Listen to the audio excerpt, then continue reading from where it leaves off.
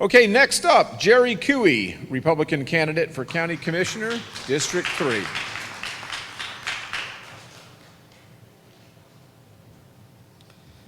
Well, good afternoon, ladies and gentlemen. We appreciate the opportunity to be here and for the time.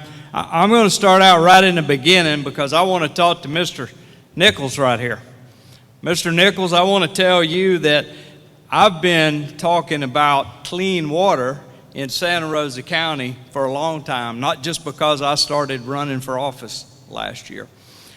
Without clean drinking water, there is no economic development. There is no future growth in Santa Rosa County. What I have proposed is that I will immediately ask that we start a watershed protection committee. We have many experts throughout the county that can help us in this endeavor. And the other thing that we're going to do is we're going to identify in the Land Development Code, which is a document that we're looking at now. We haven't looked at it in 20 years. We're looking at it finally again. Those protections to take care of our environment for future generations. That's one of the biggest places we can do that. I'm glad you said something about Pond Creek. Absolutely. I haven't been able to swim in Pond Creek for 40 years because we haven't taken care of that resource.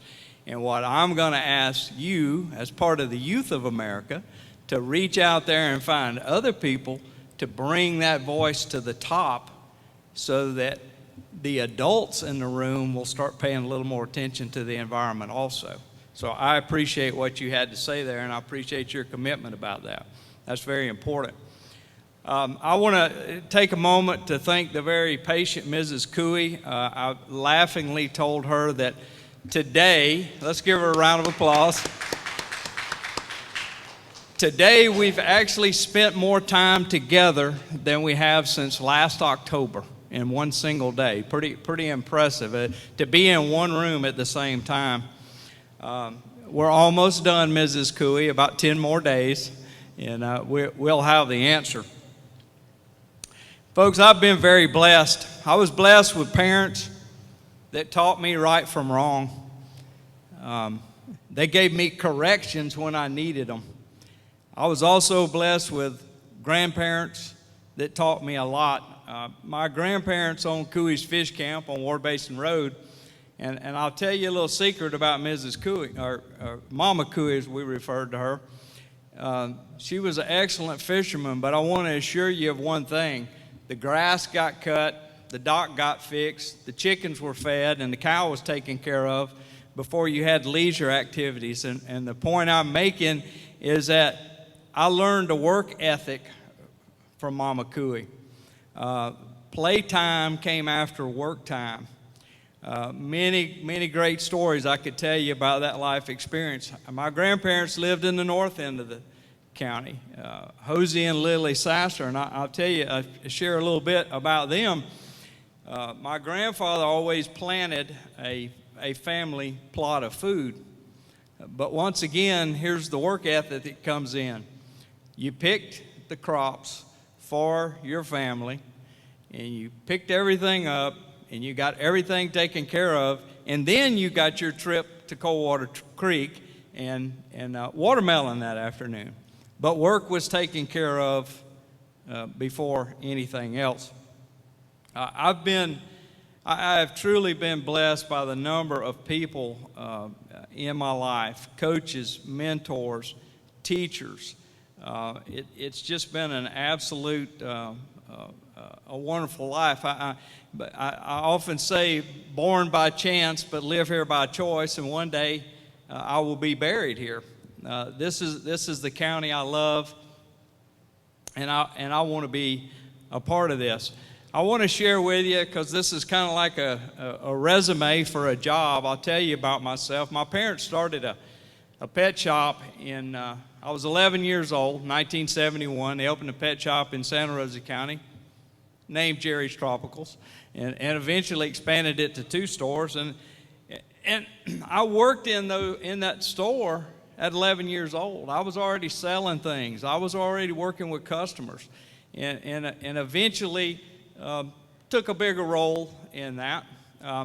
As many young men in Santa Rosa County, my first real job was with Mr. Ike Northrop at Piggly Wiggly. And I'll tell you, Mr. Northrop was a tough man, but Mr. Northrop turned a lot of young men he turned a bunch of kids into adults, and I appreciated that. I went on, an opportunity came about with a large grocery corporation, and at the age of 21, I had already made it to management. And now the company's no longer with us, but it was Dale Shamps, and I truly enjoyed that. For the last 39 years, I've worked in the offshore energy business, and truly enjoyed it. Taking care of large, complex, multi-million-dollar properties. Been in charge of a lot of folks, direct reports, taking care of projects. During my time in industry, I had the opportunity I left with some 175 industry certificates from a wide range of things.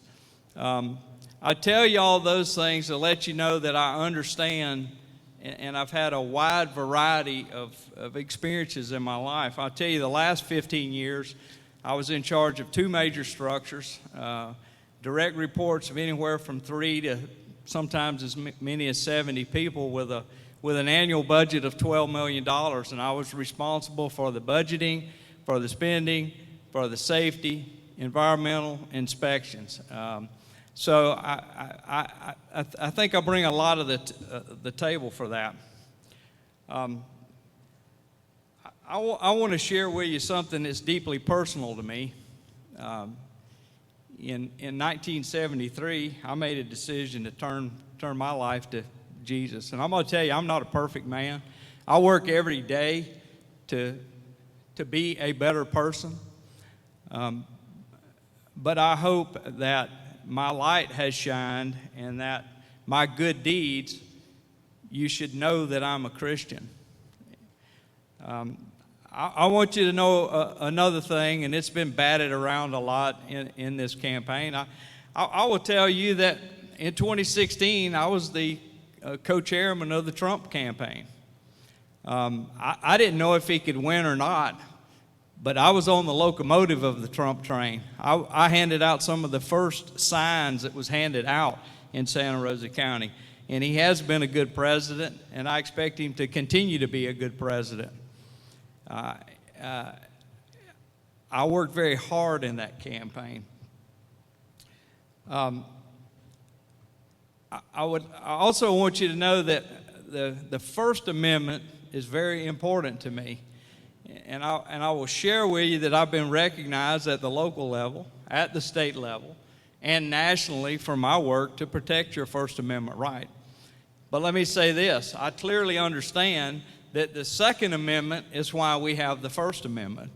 And I brought something tonight. I know the camera can't pick it up, but to show you my commitment, this is my militia card, Santa Rosa County militia card, 1994. One of the founding members of that organization. And folks, we were the only county in the state of Florida, and I think one of the first in the entire United States of America to do that. And that is very serious to me. We stand ready at any time our sheriff needs us. We will be there. I'm proud of the fact that we have made Santa Rosa County a Second Amendment sanctuary, but I want to tell you that's a good bit of ceremonial work there, and as your commissioner, I want you to know we're going to take it a little bit further.